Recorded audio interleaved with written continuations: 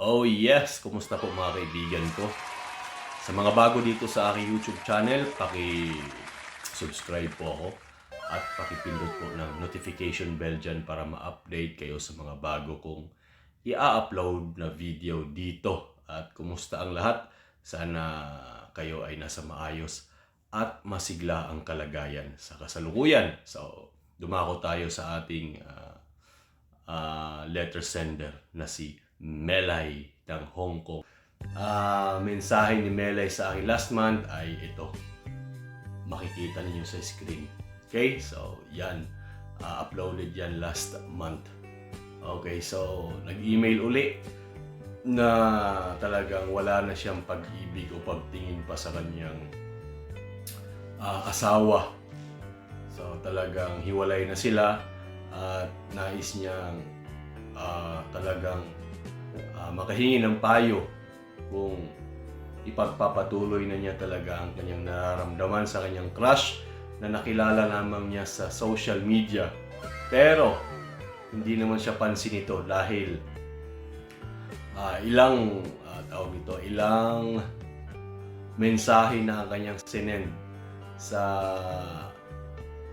piniem niya ang kanyang crush dito sa social media pero wala talagang reply o walang pakialam na basahin.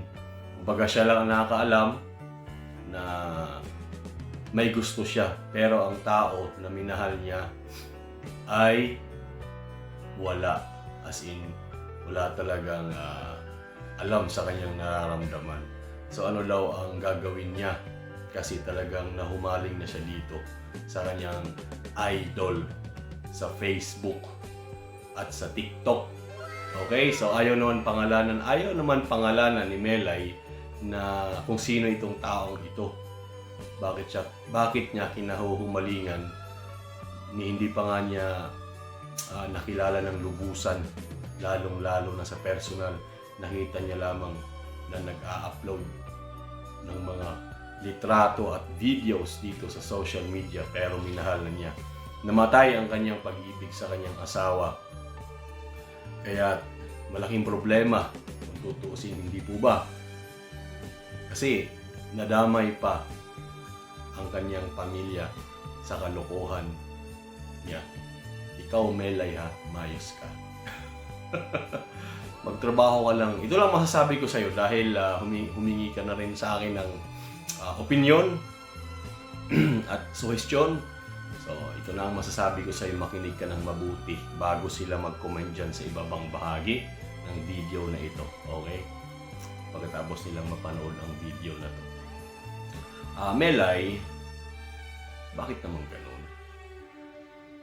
Kaya ka nandyan upang tulungan ng iyong pamilya o asawa, kaagapay sa paghahanap buhay. Kayong dalawa ang magkasangga sa hirap at ginhawa upang maitaguyod ang inyong pamilya para mamuhay ng maligaya, masagana at merong bigas o kanin at ulam sa inyong lamesa. So, nagpadala ka sa agos ng iyong damdamin. So, yung damdamin na yan ay sadyang mahirap magsabi ng isang salita na makakasakit sa'yo. Pero, alam mo na yan. Dahil, bakit ganun? Damay ang iyong pamilya. Sabihin kong kalokohan niyang nararamdaman mo dahil nabanggit mo nga sa nakarang email mo sa akin. Hindi mo nabanggit doon, nakilala mo siya. Nakita mo lang, idol mo lang sa social media, sa Facebook. Dahil nagagwapuhan ka siguro. Pero sa likod niyan, ni isang reply sa mga mensahe mo, wala, di ba?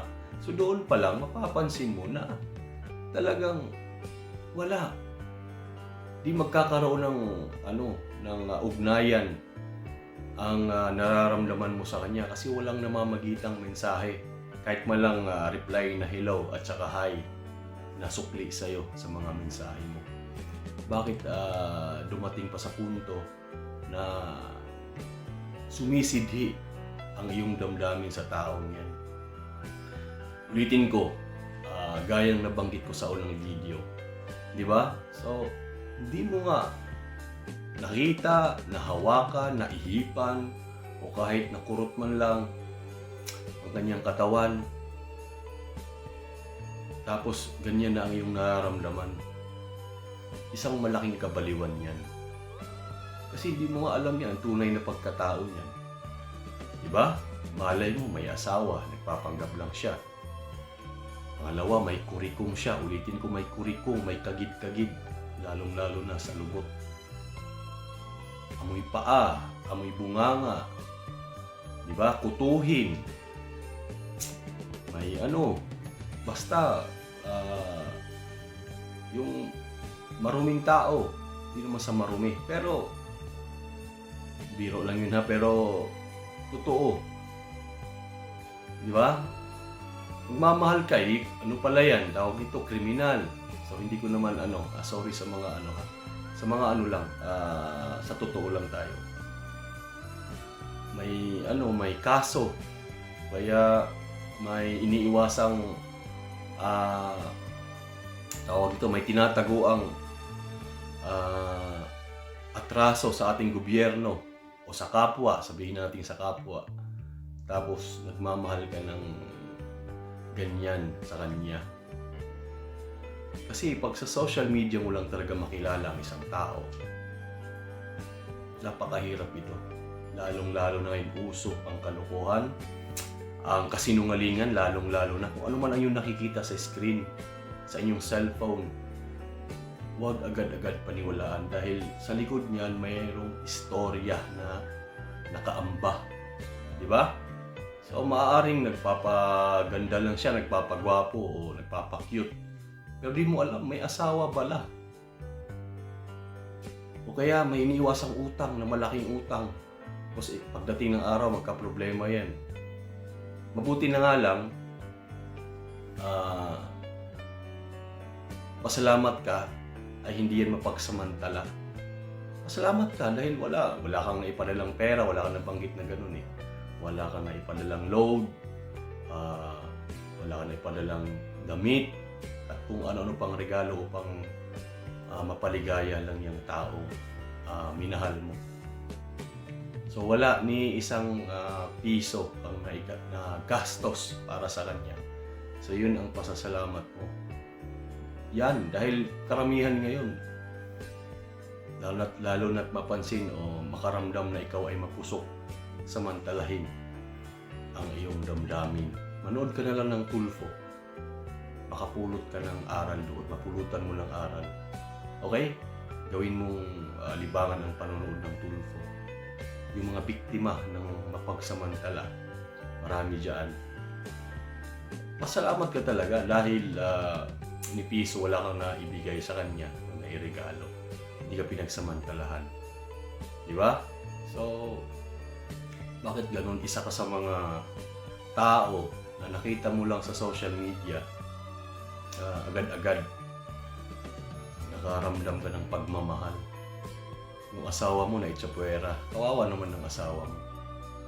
Hindi nga alam ang dahilan dahil di mo sinabi at di mo binanggit na dahil sa taong ito na crush mo ay nawala na yung pag-ibig mo sa iyong asawa.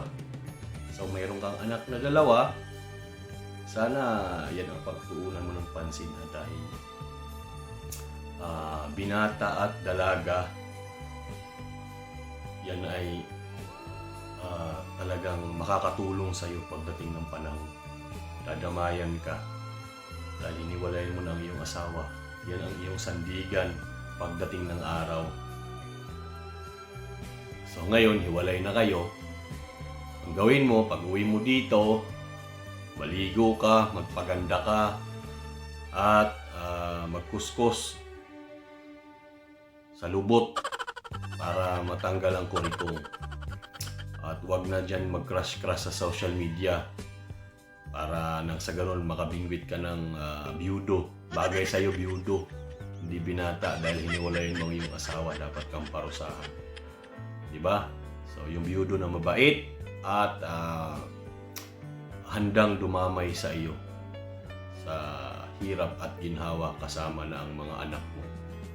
Yung asawa mo, kung naghanap man ngayon ng iba o may natitipuhan na, hayaan mo na siya dahil kasalanan mo naman dahil din sa'yo. So, pagsisisihan mo man yan, wala nang ibang may kasalanan kundi ikaw lamang ang dahilan. Dahil walang problema sa asawa mo kundi ikaw lang. Tama ba ako? Parang nalito na ako sa payo sa'yo. Kulit mo kasi. Sino ba naman kasi yan? I-send mo ang litrato sa akin at kung sino yan ang malaman ko. Dahil kinukulit kita, di mo talaga sinisend sa akin. Bakit kaya? Send mo sa akin ang aking makaliskisan kung anong klaseng tao yan. Sa tingin pa lamang atin ang maaaninag kung ano siya, yan ay pakiramdam ko yan ay may asawa na talaga. Kaya hindi nga nagre-reply dahil takot sa asawa na mabasa ang mensahe mo sa kanya dahil yan ay pag-uugatan ng away at ikaw pa ang dahilan ng kanilang paghihiwalay. So huwag mag-crush-crush ulit. Huwag mag-crush-crush sa mga nakikinig at nanonood dyan. Mag-crush-crush na nakilala nyo lamang dyan o nakita nyo lamang sa social media. Yan ay palabas na pansamantala. Hindi mo kasi alam sa likod ng pagkatao niya. Kilala talaga kung anong meron siya. Istorya ng kanyang buhay baga. Di ba, mga kaibigan? So hanggang dito na lang, Melay, naway di ko sinasabi na huwag ka nang magpadala. Magpadala ka pa rin ng mensahe, ng email. Kung ano man ang update sa buhay mo dahil lahat naman tayo dito ay magkakaibigan. Kahit kayo na hiwalay ng iyong asawa, update nyo kami at i-update mo kami kung ano ang nangyari sa iyo pagdating ng 5 taon mo lang ngayon. Maloko ka. Problema mo, asikasuhin mo. Dahil hiwalay na kayo, bahala ka na sa buhay mo. Okay, mga kaibigan, hanggang dito na lang at maraming salamat sa iyong pagsubaybay at panunood sa akin. Yan, ulitin ko, paalala lang po. Sana subscribe niyo ako dito. Pindot ko ang subscribe button dyan. At pa-click o pa-press ng notification bell para yan, pag may bago akong i-upload na video, ma-notify kayo o mapanood ninyo. Maraming salamat sa iyong pagsuporta at hanggang sa muli. Kung sino man sa inyo ang hihingi ng payong kaibigan, wag lang kaperahan dahil wala ko niyan. Handa pa akong basahin at bigyan natin ng pagtutulungan nating bigyan ng payo mga kaibigan para maliwanagan kung sino man ang magpadala sa inyo dyan. Okay? So, maraming salamat sa iyong panonood at hanggang sa muli. Ako ay pansamantalang magpapaalam sa inyo. Magandang araw, madaling araw, gabi, hapon, tanghali. Ingat po tayo palagi.